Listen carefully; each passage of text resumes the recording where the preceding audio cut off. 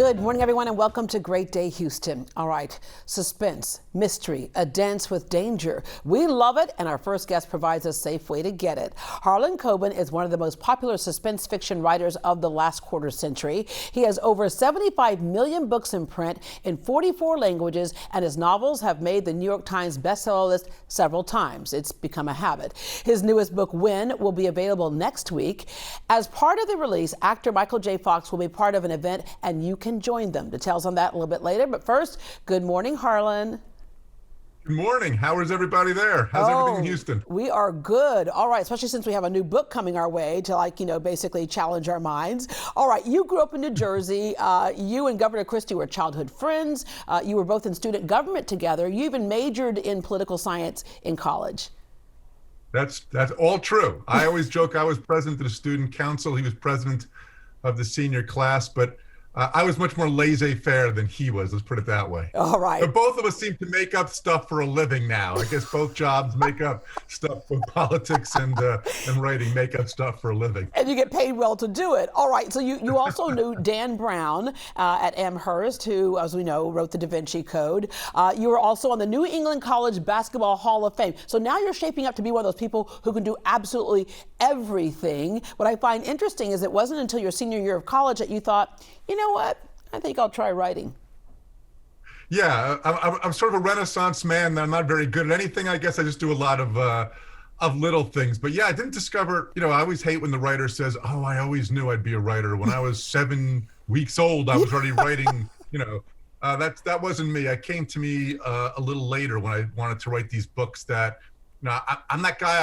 I want you to pick up the book at 11 o'clock at night, say, I'm just going to read for 10 minutes. And the next thing you know, it's 4 a.m. and you're still turning the pages of When. That's sort of what I try to do anyway. Yeah. The other thing that happens sometimes is that we make it look like it was just really easy for you. You said, I'm going to try writing, and here I am, New York Times bestseller list. You got there fairly quickly, but there was a moment where you went into work in the family travel industry and you lived in the parents' basement. Yeah, not different from some of my heroes, but yeah, Look, it was a long journey, but it was a great journey. You have to stay with it. A lot of writing is persistence. If you're out there trying to write a book, just keep writing. It's not like basketball where at a certain age you got to say, this is not going to happen. I've known people who've been published in their first time in their 70s. So yeah. So Harlan, when you say it was a long journey, you were first published at 26 for Play Dead, which was successful. Well, it wasn't that successful. It wasn't until I was 39 that I hit my first New York Times bestseller. It was actually my 10th book. That was my first New York Times bestseller, Tell No One. So it's been a wonderful ride, a wonderful journey. I wish I was going to Houston. I go to Houston almost every book tour. That'll come. Yeah. That will certainly come. That'll be another book by then. I can't wait. Yeah, we get people who ask us all the time, how do I get published? And today it's a little bit easier, at least to get published. You can self-publish, right? But we have a lot of people who have a book in them, as we say. And your best advice to them is what?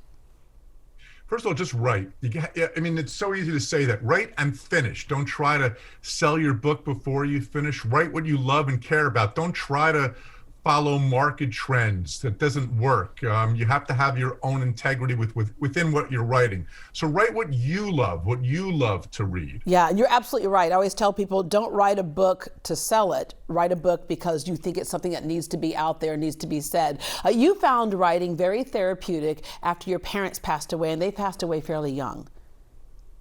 Yeah, in the When book that you'll see that's coming out, his best friend Myron, who's based a little bit on me. No writers never like to admit that, but in his case, his parents get to survive. So in a sense, they've grown old and changed and gone through all the things that, not to get heavy in the morning, that I missed out on with my parents dying fairly young. So yeah, writing can be therapy as well. And if you can make it also something that reaches other people, communicates with them, moves them in some way, that's really what makes a thriller work. I can write fast-moving plots, but if I'm not also stirring your heart besides your pulse, it's not going to be something that sticks with you and keeps you up all night. Yeah. Having a book in your hand, I love being able to flip the pages and use my imagination along with what you've written. But you also have had books that were movie and TV adaptations. What's that like to see what you wrote come to life on the screen?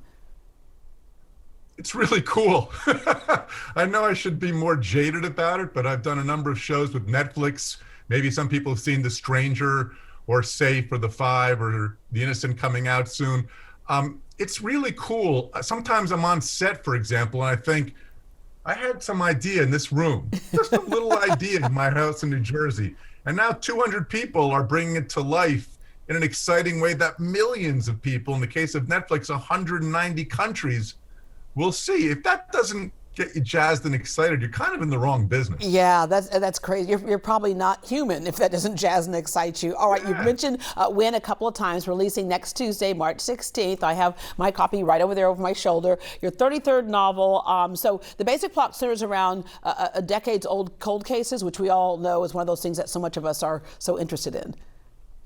Yeah, I mean, the book opens up, a hoarder is murdered in a big, fancy, upscale New York City apartment, and when Wynn goes in there and they send him in, a Vermeer painting, Picasso and Vermeer paintings that were stolen from him, his family years ago, are there. No one knows who the guy is. It's all connected to old past crimes and murders and secrets unearthed, all the things that I hope will keep you up at night. Yeah, the page turner. Okay, there's going to be a virtual event on March 18th. So tell us about that event. It'll be hosted by Houston's Murder by the Book, by the way. But tell us how that event will work.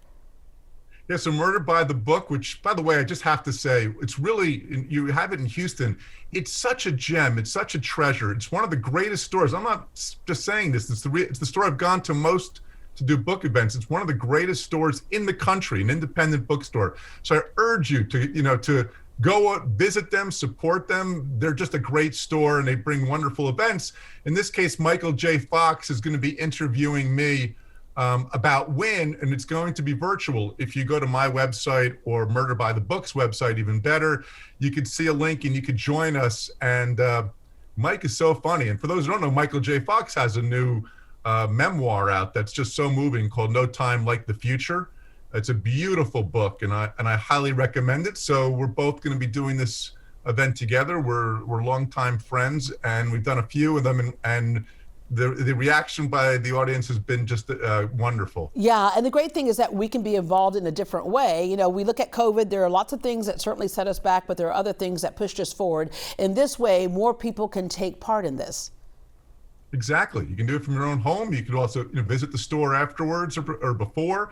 Again, I just recommend, if you love books, there's very few places as great as Murder by the Book and the Bissonnet there in Houston. So as I said, I've probably been there 25 times. Wow. On book tours. Yeah, so, yeah. And as we know, buy local means so much more now. So when Michael told me he was going to want to join me for one of them, we thought, why not Houston? And thank you very much for that. And maybe a year from now, or when your next book comes out, you can actually be live with us here in the studio. But in the meantime, thank you so much for keeping us thrilled, because everything is a page turner. As I said, I'll curl up in the room and lock the door. My son's like, "Mom, what about dinner?" And I'm like, "There's something in the pantry. Go get it."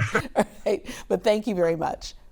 Thank you so much. Great talking to you. All right. Purchase Harlan Coben's new thriller, Win, released next Tuesday, March 16th, through Murder by the Book. As we mentioned, it's a local bookstore. And when you do that, you'll also get a private Zoom link for the virtual conversation with Harlan and Michael J. Fox. That event next Thursday, March 18th at 7 p.m. And for more information, log on to greatdayhouston.com and we will connect you.